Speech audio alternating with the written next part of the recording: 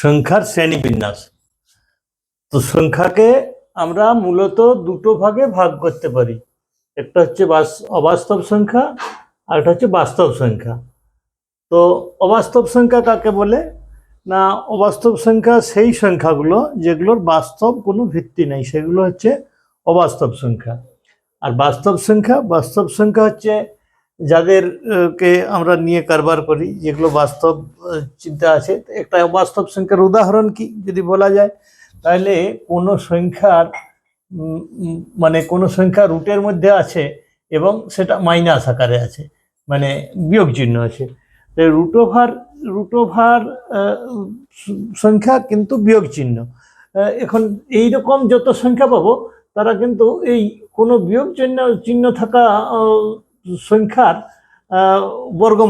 বর্গমূল করা যাবে না, মানে করাটা অবাস্তব চিন্তা আর কি।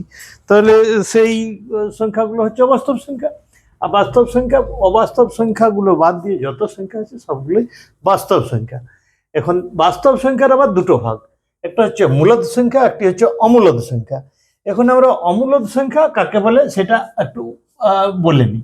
অমূলদ সংখ্যা হচ্ছে সেই সংখ্যাগুলো যে সংখ্যাগুলোকে দুটি সংখ্যার পূর্ণবর্গ রূপে প্রকাশ করা যায় নাই, সবসময় কিছু অংশ বর্গের মধ্যে রয়ে যাবে, পূর্ণবর্গ রূপে প্রকাশ করা যাবে নি। আর যে সংখ্যাগুলোকে ভাগ করে পৌনেপণিক লাগিয়েও আমরা ভাগটা শেষ করতে পারবো নি, মানে ভাগটা থেকেই যাবে, ভাগটা মিলবে নি।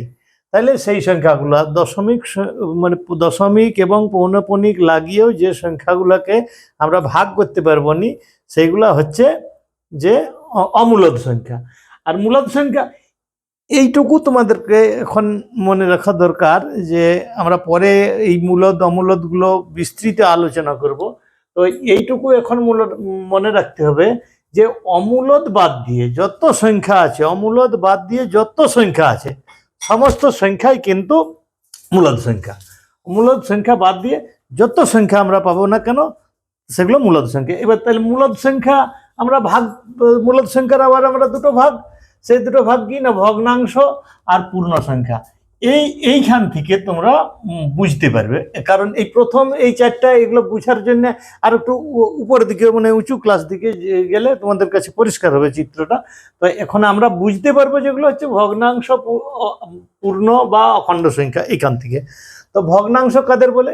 সেই ভগ্নাংশ হচ্ছে সেই সংখ্যাগুলো যে সংখ্যাগুলো ভাঙা ভাঙা আকারে থাকে, কিছু গোটা কিছু ভাঙা এরকম অবস্থায় থাকে, যে দশমিক যাদের মাঝে সংখ্যার মাঝে কিছু পয়েন্ট দশমিক লাগানো থাকে, বা এইরকম সংখ্যা থাকে যে হর এবং লব এবং হর আকারে যে সংখ্যাগুলো থাকে, লব বাই হর আকারে যে সংখ্যাগুলো থাকে সেই সংখ্যাগুলো হচ্ছে ভগ্নাংশ, বা দশমিক আকারে যেগুলো থাকে সেগুলো ভগ্নাংশ।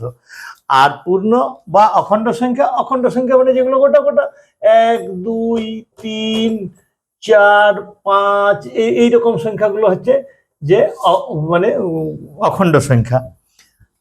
তো অখণ্ড সংখ্যাটা পূর্ণ সংখ্যা, অখণ্ড সংখ্যাগুলোকে অনেক নাম আছে।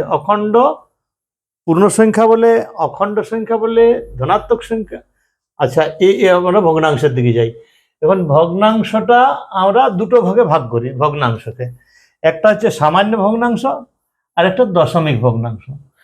তো তোমরা বুঝতেই পারছো যে সংখ্যার মাঝখানে কোনো দশমিক বিন্দু লাগানো থাকে, বা সামনে বা কোনো জায়গায় দশমিক বিন্দু যদি লাগানো থাকে সেটা দশমিক ভগ্নাংশ হয়। আর যে ভগ্নাংশগুলো সামান্য ভগ্নাংশ সেগুলো লব এবং হর আকারে লেখা থাকে, সেগুলোকে সামান্য ভগ্নাংশ বলে। এখন সামান্য ভগ্নাংশটা আবার 3 প্রকার। সেটা কি? প্রকৃত ভগ্নাংশ, অপ্রকৃত ভগ্নাংশ আর মিশ্র ভগ্নাংশ। এখন প্রকৃত ভগ্নাংশ কোনগুলো না, প্রকৃত ভগ্নাংশ সেইগুলো যেগুলোর লব ছোট হর বড়, এগুলো হলো প্রকৃত ভগ্নাংশ। আর অপ্রকৃত ভগ্নাংশ কি? অপ্রকৃত ভগ্নাংশ এর ঠিক উল্টোটা, মানে লব বড় হবে আর হর ছোট হবে, লব বড় আর হর ছোট, এটা হলো অপ্রকৃত ভগ্নাংশ। আর মিশ্র ভগ্নাংশ এখানে ছোট লব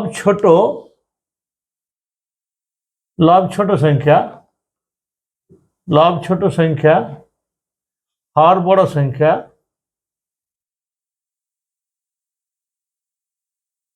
আবার এইখানে কিছু সংখ্যা থাকবে যেগুলো হচ্ছে পূর্ণ সংখ্যা। তার মানে এখানে মিশ্র ভগ্নাংশ যেটা, তাতে পূর্ণ সংখ্যা থাকবে, আর লব ছোট সংখ্যা হবে, হর বড় সংখ্যা হবে, সেগুলো হলো মিশ্র ভগ্নাংশ। ঠিক আছে, আমার এটা হয়ে গেল। এবারে পূর্ণ বা অখণ্ড সংখ্যাকে তিনটে ভাগে বিভক্ত করা হয়। এক হচ্ছে ধনাত্মক সংখ্যা, আর একটি সংখ্যা আছে যেটি হচ্ছে অধনাত্মক অঋণাত্মক। এটা আমরা জন্ম বৃত্তান্তে জেনেছি, যেটা হচ্ছে 0। আচ্ছা, এখানে ঋণাত্মক সংখ্যাও আমরা জেনেছি, আলোচনাতে পেয়েছি। আর ধনাত্মক সংখ্যা সেগুলোও আমরা জেনেছি, যে সংখ্যাগুলোর সামনে কোনো চিহ্ন লাগানো থাকে নাই। আর ঋণাত্মক সংখ্যা সেগুলো যে সংখ্যাগুলোর সামনে একটা বিয়োগ চিহ্ন লাগানো থাকে, সেগুলো হলো ঋণাত্মক সংখ্যা। এখন এই ধনাত্মক সংখ্যাগুলোর আরো বহু নাম আছে। ধনাত্মক সংখ্যা ধনাত্মক পূর্ণ সংখ্যা বলে, অখণ্ড ধনাত্মক সংখ্যা বলে, অঋণাত্মক সংখ্যাও বলে। তাহলে ধনাত্মক সংখ্যাগুলোকে বিভিন্ন নামে ডাকা হয়, এগুলো আমাদেরকে মনে রাখতে হবে।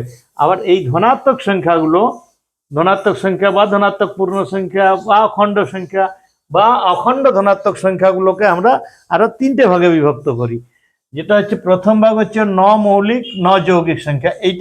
এই সংখ্যাটা কিন্তু একটাই, এক।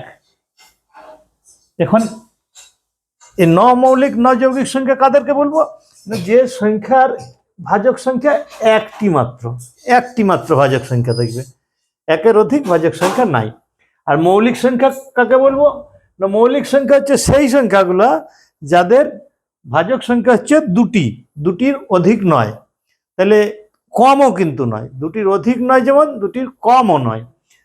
তো কোন কোন সংখ্যাগুলি? না, সেই সংখ্যাটি নিজে, আর হচ্ছে যে এক, মানে ওই সংখ্যাটিকে ভাগ করলে মিলবে এক দিয়ে, এবং সেই সংখ্যাটি দিয়ে ভাগ করলে মিলবে, সেগুলি হচ্ছে মৌলিক সংখ্যা।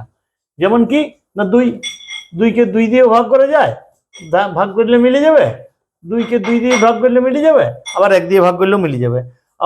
আবার হচ্ছে 3কে 1 দিয়ে ভাগ করলে মিলে যাবে, আবার 3 দিয়ে ভাগ করলে মিলে যাবে। তো এইরকম যে সংখ্যাগুলো, সেগুলো হচ্ছে সব মৌলিক সংখ্যা। আর যৌগিক সংখ্যা কাকে বলে? যে সংখ্যাগুলির ভাজক সংখ্যা 2-এর অধিক, 3টা 4টা 5টা 6টা যাই কিছু হতে পারে। যেমন কি, যেমন 4-এর ভাজক সংখ্যা যদি করা যায়, 1 হবে, 2 হবে, 4 নিজে হবে, তাহলে এর 2-এর অধিক হয়ে গেল, তাই জন্য এ হলো যৌগিক সংখ্যা। তাহলে আমরা সংখ্যাতত্ত্বর সংখ্যার যে ভাগগুলো, সেগুলো মোটামুটি একটা আইডিয়া করে নিলাম।